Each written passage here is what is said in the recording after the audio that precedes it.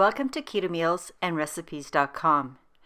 Today I have a very special recipe I want to share with you.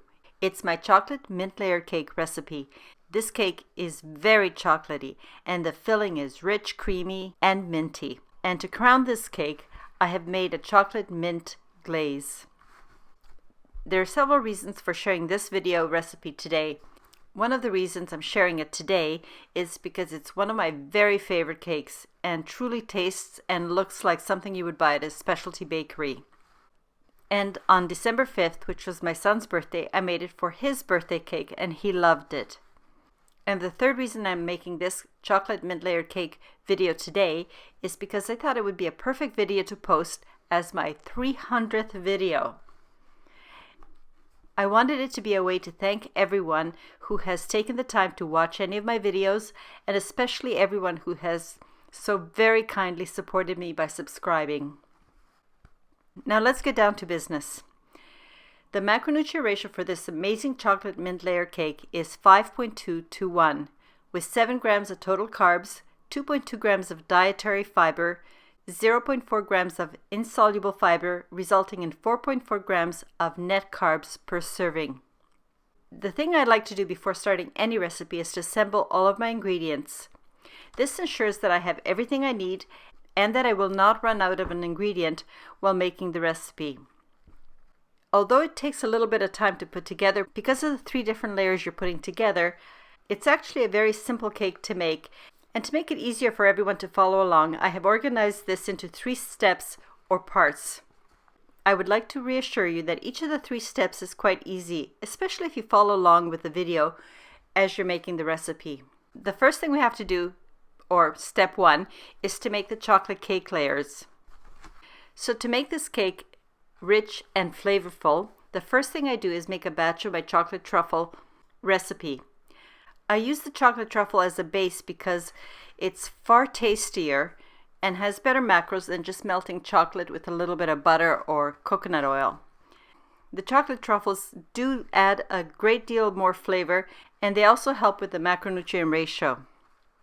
Now, the link for this chocolate truffle recipe, as well as the written, printable, and translatable recipe for the chocolate mint layered cake, will be posted in the description box. So please go down there and get all the links you need.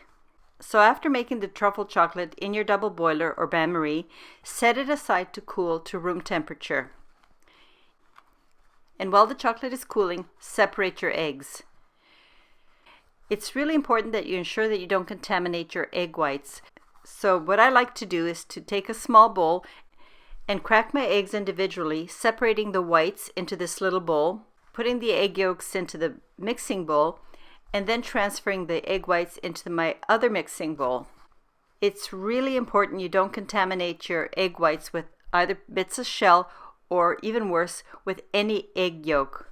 Because if you did get any contaminant into your egg whites, especially yolk, when you whip your whites, they would not froth properly.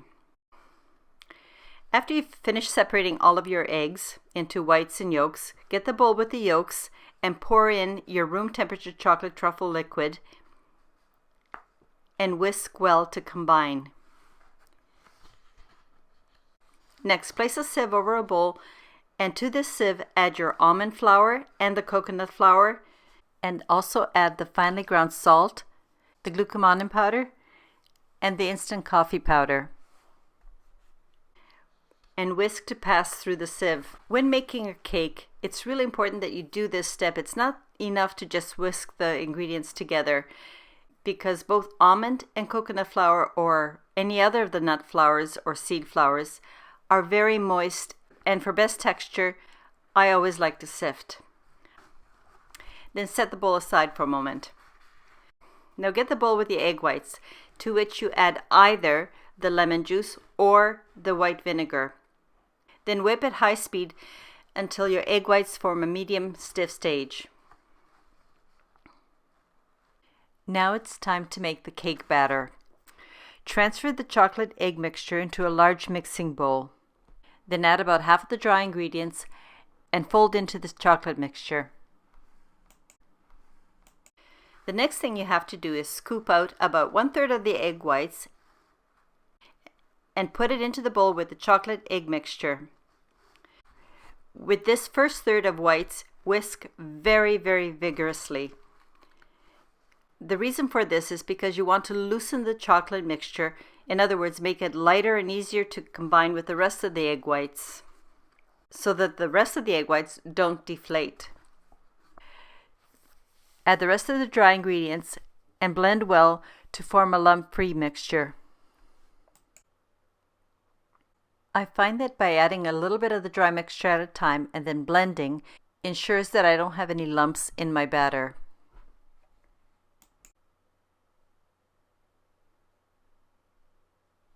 Now, having loosened the mixture, as you can see it's quite runny, transfer a second third of the whipped egg whites into the bowl, and this time fold gently. Scoop from the bottom and fold towards the top. Repeat this till it's quite well mixed. It doesn't have to be perfect. And when you're folding, be very gentle. You don't want to deflate the egg whites. Then just add the rest of the egg whites and again, fold gently from the bottom to the top. As you can see, the cake batter is now well combined and so is done. And it's now time to pour the cake batter into a full-sized, parchment-lined cookie sheet that has a wide rim, because this is your cake pan. And it's time to spread out the cake batter. The batter is quite runny, so it's easy to tilt from corner to corner and side to side to even it out. One last thing you have to do is to reduce the bubbles in the batter, so gently drop the pan onto your counter a few times. You'll notice that there are little bubbles on the surface. Another thing I like to do is I take a skewer and run it through the batter in one direction, then in the other direction. I want the batter to be very light, but with an even texture and few bubbles. A little later you will notice why I have chosen to make a sheet pan for this cake, but alternatively you could make this cake by using a 9-inch or 22 centimeter round cake pan and then cutting that full cake into 3 or 4 layers. For a layered cake, I just find the sheet pan method much easier. Now, my cake batter is ready. I've gotten rid of as many bubbles as I could, and it's time to transfer the tray into my preheated oven. And then set your timer for 20 minutes.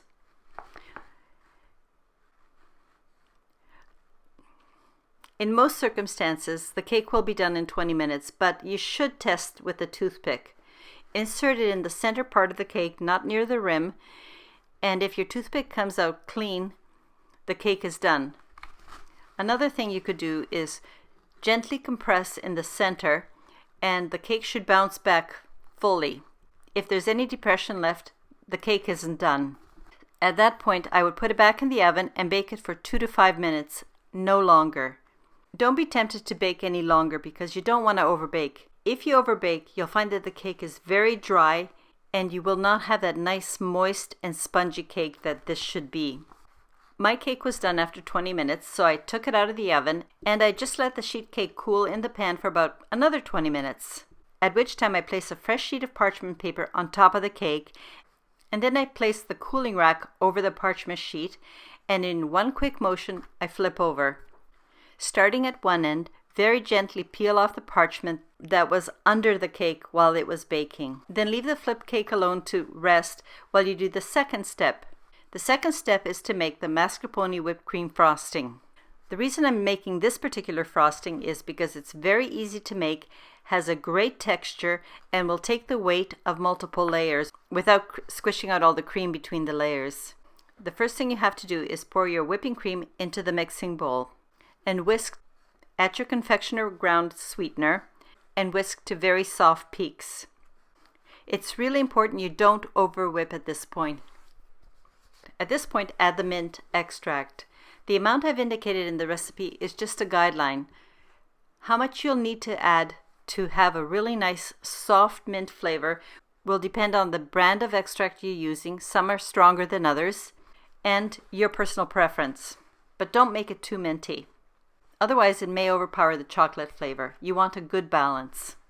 And also be aware that after you add an extract to this cream and mascarpone frosting, the flavor will develop over the next few hours. And if you add too much now, you'll find that it's way too minty later. At this point, also add the room temperature mascarpone and mix at low speed for about 30 seconds. Then increase the speed to high and whip until medium stiff peak stage. Again, don't over whip or you will get a very tasty butter, which is not what you want. Because we're not quite ready to use the mascarpone whipped cream frosting, cover your bowl with cling wrap or a lid and place this bowl in the refrigerator until you need it a little bit later. In order to get the right viscosity for this glaze, I strongly recommend that you use a solid chocolate like a pure baker's chocolate, or as I showed earlier, a 100% Lindt chocolate bar. At this point, it's not a good idea to substitute the solid chocolate with just cocoa powder. The results would be quite different. Here I'm using a knife to chop up the solid chocolate, but you could also grate it using the large holes on a grater. Doing this step will help it melt faster and more evenly. Now, the third step is to make the chocolate glaze. The chocolate glaze is similar to the chocolate truffle, but a little bit different. So, to make the chocolate glaze, you begin by adding all the ingredients into a mixing bowl: the unsalted butter, the pure baking chocolate, the instant coffee powder, and your sweetener.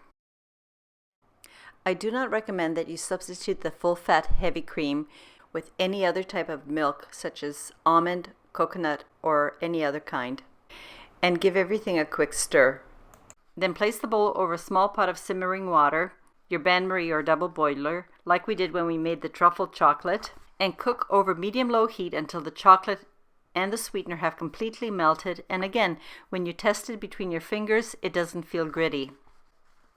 And then remove the bowl from the pot. At this point, add your mint extract. Again, adjust according to the product you're using and your taste. It's now that you add the Dutch processed cocoa powder, and then stir very well until smooth and there are no lumps in the chocolate glaze. It's really important that you set your chocolate glaze aside. It has to come to room temperature before you use it. It usually takes just a few minutes to cool down properly. Now, these were the 3 steps for the cake. So the last thing left to do is to assemble the cake. Now back to my sheet pan cake. I begin by first trimming the rough or irregular edges. I do this because I want the sides to be clean and even, and that's because the entire cake is exposed, and with clean edges it just looks very professional and beautiful. And of course, all these little trimmings you can enjoy while you finish the cake. Then I measure out my cake. Next, I very carefully divide the sheet into 2 equal rectangles, and then each of the 2 rectangles to make 4 equal rectangles. Here's another little tip I'd like to share with you. To keep your serving tray clean, I'm going to lay down 4 little scraps of parchment paper and do it in such a way that I can pull them out very easily once I'm all done decorating the cake. And then just place your first rectangle in the middle of your parchment-lined serving tray. You'll have 3 filling layers, so scoop out the first third and put it on top of the chocolate cake layer. While you're spreading, work from the center towards the outer edges. You'll find it much easier to control the whipped cream that way. And do pay attention to the thickness of this cream. It's really important that you make every layer of the cream very flat and even thickness. You'll see why in a moment. Then place the second rectangle on top of the cream layer. If you do notice a little bit of uneven thickness, place your hand on top of the cake layer and gently press to even out. If any of the whipped cream does squeeze out, take your offset spatula and scrape away the cream. But set it into a separate bowl. You don't want to contaminate your clean whipped cream. Then repeat in the same way with the third layer of chocolate cake and the next layer of the cream filling. You now have 3 layers of cake and 3 layers of filling, so it's time to place the last layer of cake on top of the cream. Make sure you're putting the nicer outer part of the cake on top. And as a final check, and if needed, press on the surface to even out and to make sure that the cream is right to the edge of the last layer. And again, using your offset spatula, scrape away any of the cream. At this point, because I want to make sure that my chocolate cake layers are also very visible, just run your spatula along each of the cake layers. Since this is a naked cake, it's really important that the edges look crisp and clean, and that's why you're doing this step. And the very last thing we have to do is to pour the glaze on top. I find it very hard to pour and have control by just using a measuring cup. So I prefer to transfer the room temperature chocolate glaze into a piping bag. And for best control, snip a very small amount from the tip of the bag. You'll have much better control with a smaller hole. Then take your piping bag and begin by pouring the chocolate glaze around the inner edge of the cake. You're pouring right on the top edge of the cake, not to the side, because it will run down slowly. Because what you want is just little ribbons to trickle down and not an entire waterfall of chocolate. And I really like how these side drips look. Now, I've completed my perimeter of chocolate. So the next thing you do is squeeze out the chocolate glaze into the center of the cake. You want to completely and evenly cover the surface. And voila, the cake is all done, but it's not quite ready to be cut yet. So first, transfer the uncovered cake into the fridge for about 1 hour. The time in the fridge will allow the cake layers to set properly and for the cake to firm up. And when the cake is set in this way, it will be much easier to cut. This cake will last several days in your fridge, and you can actually make it 2 to 3 days. The taste just gets better and better. However, if you do have any leftovers, which we never do unfortunately, do cover the cake with cling wrap or a cake bowl or a glass bowl and keep it covered in your fridge. I really hope that you'll have a chance to try this cake, because I'm sure that you will enjoy how moist the cake is, how light and minty both the filling and the chocolate glaze are, and how well everything combines. I would like to thank you for watching this video and for all of your support, and especially to all of you who have followed my channel for a long time. So if you like this recipe and find it useful, please give it a thumbs up and leave a comment or suggestion for something else. I really love corresponding with everyone. I find it one of the good things about posting videos. I hope you have a wonderful day, and please come back when I post my next video. Until then, stay well. Cheers!